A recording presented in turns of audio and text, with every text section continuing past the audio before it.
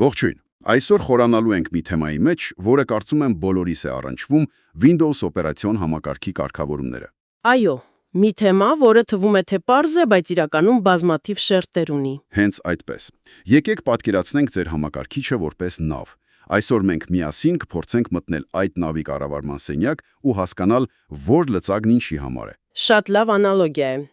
որովհետև այդ կառավարումը հենց այդպես էլ կառուցված է՝ մակարդակներով։ Կարելի է 3 հիմնական շերտ առանձնացնել։ 3, որոնք են դրանք։ Ուրեմն առաջինը settings կամ կարգավորումներ հավելվածն է։ Սա, այսպես ասած, նավապետի տեսանելի ղեկն ու կոճակներն է։ Ամենօրյա գործողությունների համար։ Ճիշտ այդպես։ Հետո գալիս է control panel-ը, այսինքն կառավարման վահանակը։ Սա արդեն ավելի խորքային մանրամասն գործիքակազմ է։ Նավի սպայական սենյակը, օրինակ։ Կարտակը ռեգիստրն է։ Սա արդեն, եթե շարունակենք անալոգիան, հենց մեքենայական բաժանմունքն է, համակարգի սիրտը։ Ուրեմն եկեք սկսենք ամենապարզից ու ամենաանվտանգից նավապետի կամրջակից։ Settings հավելվածը բոլորս էլ օգտագործում ենք, չգիտեմ, Wi-Fi-ին միանալու, էկրանի նկարը փոխելու համար, բայց կան այնտեղ բաներ, որոնք մարդիկ հաճախ բաց են թողնում։ Միանշանակ։ Տեսեք, բացի այդ կոսմետիկ փոփոխություններից, հենց այնտեղ է գտնվում Windows Update-ի կառավարման կենտրոնը։ Այդ թարմացումները, որոնք միշտ ամենաանհարմար պահին են հայտնվում։ Հա, շատերն այդպես են ընկալում, բայց դրանք համակարգի անվտանգության հիմքն են։ Ու հենց settings-ի մեջ կա մի շատ օգտակար բան՝ ակտիվ ժամեր։ Active hours, ինչ է դա անում։ Դուք նշում եք օրվա այն ժամերը, երբ սովորաբար աշխատում եք, ու Windows-ը, այսպես ասած, խոստանում է այդ ընթացքում ինքնաբերաբար չվերագործարկվել։ Օ, սա իրականում շատ կարևոր է, որովհետև եկեք անկեղծ կենենք, չկա ավելի նյարդայնացնող բան, քան երբ կարևոր գործի կեսին համակարգիչը որոշում է թարմանալ։ Բացարձակապես։ Բայց պետք է հասկանալ, որ այդ թարմացումները նման են նավի կորպուսի վրայի փոքր ճաքերը անընդհատ նորոգելուն։ Դրանք փակում են անվտանգության խոցելիությունները։ Այնպես որ ակտիվ ժամեր սահմանելը հիանալի փոխզիջում է։ Հասկանալի է։ Այսինքն settings-ը ամենօրյա բազային կարիքների համար է, բայց ես հաճախ եմ հայտնվել իրավիճակում, երբ մի կարգավորում եմ փնտրում ու այն պարզապես չկա այնտեղ։ Օրինակ, ուզում եմ փոխել, թե նոթբուքի քափարիչը փակելիս ինչ տեղի ունենա։ Ահա։ Հենց այդ պահին մենք իջնում ենք հաջորդ մակարդակ՝ control panel։ Կառավարման վահանակ։ Այո, Windows-ի դասական ինտերֆեյսը, որտեղ շատ ավելի մանրամասն գործիքներ կան։ Թեև Microsoft-ը փորձում է ամեն ինչ տեղափոխել դեպի settings, control panel-ը դեռ անփոխարինելի է։ Ձեր նշած օրինակը հենց այնտեղ է՝ Power Options բաժնում։ Այսինքն, եթե settings-ը մեքենայի սրահն է, ապա control panel-ը արդեն կապոտի տակն է, որտեղ կարելի է ավելի լուրջ բաներ փոխել։ Ճիշտ այդպես։ Ու քանի որ այստեղ հնարավորություններն ավելի շատ են, մեծանում է նաև ինչ-որ բան սխալ անելու ռիսկը։ Հենց այստեղ էլ գործի անցնում Windows-ի պաշտպանական մեխանիզմներից մեկը UAC-ն։ UAC User Account Control։ Դա այն նյարդայնացնող պատուհանն է, չէ, որ անընդհատ հարցնում է դուք վստահ եք։ Հա, կարող են նյարդայնացնող թվալ, բայց այն ձեր համակարգի զգոն փահակն է։ Ամեն անգամ, երբ մի ծրագիր փորձում է կարևոր համակարգային փոփոխություն անել, UAC-ն ասում է՝ «Մի րոպե, թույլտվություն պետք է»։ Իսկ դրա զգայունությունը կարելի է փոխել։ Իհարկե, կա հատուկ սահնակ, որով կարող եք ընտրել 4 մակարդակներից մեկը։ Միշտ տեղեկացնելուց մինչև երբեք չտեղեկացնելը, որը իհարկե խորհուրդ չի տրվում։ Այս պահակից բացի կան պաշտպանության այլ շերտեր։ Այո, կա ևս մեկը, որն աշխատում է ֆայլային մակարդակում։ Դրանք կոչվում են մուտքի վերահսկման ցուցակներ կամ ACL։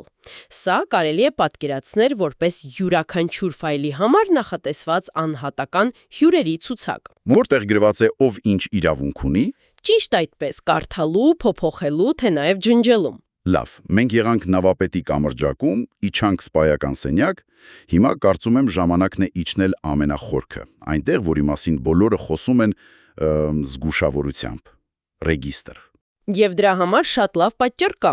Ռեգիստրը Windows-ի կենտրոնական նյարդային համակարգն է, նրա DNT-ն։ Ուժեղ համեմատություն է։ Որովհետև դա հսկայական տվյալների բազա է, որտեղ պահվում է բացարձակապես ամեն ինչ, տեղադրված ծրագրերից մինչև ձեր սարքերի պարամետրերը։ Այն բաղկացած է երկու հիմնական մասից. առաջինը HK Local Machine, կամ HGLM, Այսինքն դրանք գլոբալ կարգավորումներն են։ այո, ընդհանուր բոլոր օգտատերերի համար։ Եթե դուք ասենք նոր տպիչ եք տեղադրում, դրա մասին տեղեկատվությունը կգրանցվի HKLM-ում։ Որպիսի համակարգչի ցանկացած օգտատեր կարողանա օգտվել դրանից։ Ճիշտ այդպես։ Իսկ երկրորդ կարևոր բաժինը HK Current User-ն է, կամ HKCU։ Այստեղ արդեն միայն ձեր անձնական կարգավորումներն են։ Իմ աշխատասեղանի նկարը, մկնիկի արագությունը, Հենց այդ ամենը։ Այն, ինչը չի ազդում այլ օգտատերերի վրա։ իսկ ինչպես են մտնում այսպես ասած, DNT-ի լաբորատորիա։ Դրա համար կա Regedit գործիքը։ Բայց այստեղ պետք է հասկանալ ամենակարևոր կանոնը։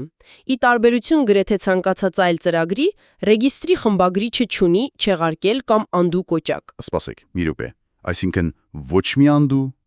դա սարսափելի է։ Ստացվում է մեկ սխալ սեղմումը կարող է ամբողջությամբ շարքից հանել համակարգիչը։ Հենց այդպես։ Ու դա տեսական վտանգ չէ։ Ես իմ կարիերայի սկզբում դա սովորել եմ շատ դառը փորձով։ Իսկապես, Այո,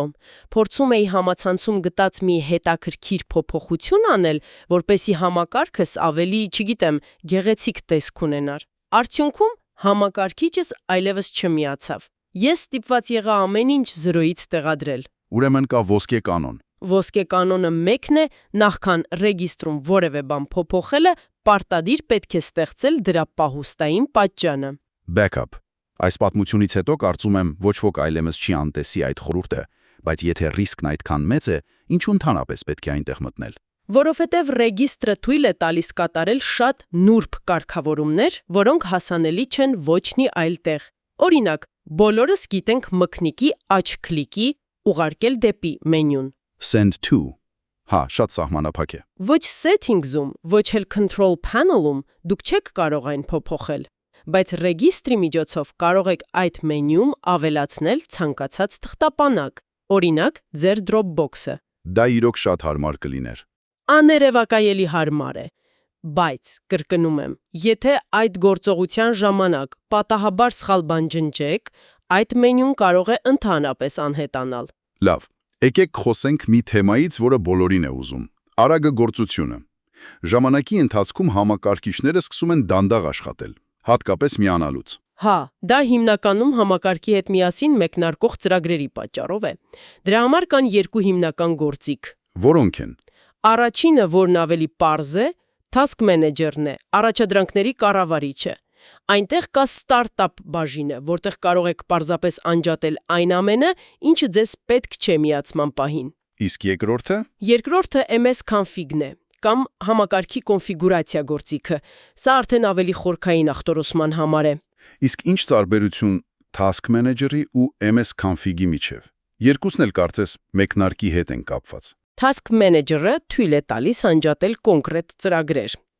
MS Config-ը թույլ է տալիս համակարգը բեռնել տարբեր ռեժիմներով։ Օրինակ, ախտորոշիչ բեռնում ռեժիմով։ Իսկ դա ինչ է տալիս։ Այդ ռեժիմում համակարգը միանում է միայն ամենաանհրաժեշտ ծառայություններով։ Եթե այս ռեժիմում համակարգիչդ արագ է աշխատում, ուրեմն խնդիրը իմ տեղադրած ծրագրերից մեկի մեջ են։ հենց այդպես։ Դա օգնում է մեկուսացնել խնդրի աղբյուրը։ Հասկանալի է։ Լավ, պատկերացնենք, մենք փորձեցինք ինչ-որ բան անել, միգուցե նույնիսկ մտանք ռեգիստր, ու ինչ-որ բան այնպես չգնաց։ Կա արդյոք մեծ կարմիր ետդարձի կոճակ։ Այդ կոճակը կոչվում է System Restore կամ համակարգի վերականգնում։ Սա ձեր փրկողակն է։ Ինչպես է դա աշխատում։ Այն թույլ է տալիս համակարգի վիճակը, այսպես ասած, վերադարձնել անցյալ, դեպի նախկինում ստեղծված վերականգնման կետին։ Restore point։ Այո, այդ կետը ձեր համակարգի կարգավորումների եւ ռեգիստրի վիճակի պատճենն է որոշակի պահի դրությամբ։ Սովորաբար Windows-ն ինքնաբերաբար է դրանք ստեղծում, օրինակ նոր դրայվեր տեղադրելուց առաջ։ Շատ կարևոր հարց։ Արդյոք System Restore-ը կջնջի իմ անձնական ֆայլերը, նկարները, փաստաթղթերը։ Ոչ, եւ սա շատ կարևոր է հասկանալ։ Այն չի դիպչում ձեր անձնական ֆայլերին։ Փառք Աստծո։ Այն վերականգնում է միայն համակարգային ֆայլերը, դրայվերները եւ ռեգիստրը, բայց այն կջնջի բոլոր այն ծրագրերը, որոնք դուք տեղադրել եք վերականգնման կետի ստեղծումից հետո։ Դա արդեն ընդունելի կորուստ է, Բայց արդյոք դա 100%-անոց երաշխիք է։ Իրավացի եք, 100%-անոց երաշխիք չէ։ Երբեմն վնասվածքն այնքան խորն է լինում, որ System Restore-ը չի կարողանում այն շտկել, բայց դեպքերի ճնշող մեծամասնությունում դա առաջին եւ ամենաարդյունավետ քայլն է։ Այսպիսով, եթե ամփոփենք, մենք ճանապարհորդեցինք մեր թվային նավի 3 մակարդակներով։ Սկսեցինք settings հավելվածից, պարզ ու հարմարավետ կամրջակից։ Այնուհետև իջանք Control Panel, սպայական սենյակ, որտեղ կան ավելի հզոր գործիքներ եւ որտեղ մեզ դիմավորում է UAC պահակը։ Եվ վերջապես հասանք մեքենայական բաժանմունք, վտանգավոր, բայց հզոր ռեգիստր, որտեղ ամեն քայլից առաջ պետք է ստեղծել պահուստային բաժեն։ Ճիշտ է։ Եվ մենք տեսանք, որ ունենք նաև գործիքներ արագագործությունը կառավարելու համար, ինչպես Task Manager-ը եւ փրկողակ System Restore-ը։ Այս ամենը ձեզ հնարավորություն է տալիս հարմարեցնել համակարգիչը ձեր կարիքներին Այսինքն դադարել լինել պարզապես ուղևոր։ եւ դառնալ ձեր թվային միջավայրի կառավարիչը։ Եվ այս ամենը մեզ բերում է մի հետաքրքիր հարցի, որը ցանկանում եմ ուղղել ձեզ, մեր ունկնդիրներին։ Մենք ուսումնասիրեցինք համակարգը կառավարելու բազմաթիվ ձեռքի գործիքներ, բայց ավտոմատացման եւ արհեստական բանականության դարաշրջանում որքան վերահսկողություն եք դուք իսկապես ցանկանում ունենալ ձեր համակարգչի նկատմամբ եւ որքանն եք պատրաստ պատվիրակել հենց համակարգին հանուն հարմարավետության։ Որտեղ եք գծում սահմանը ձեր թվային նավի նավապետը եւ ուղևորը լինելու միջև։ Մտածեք այս մասին։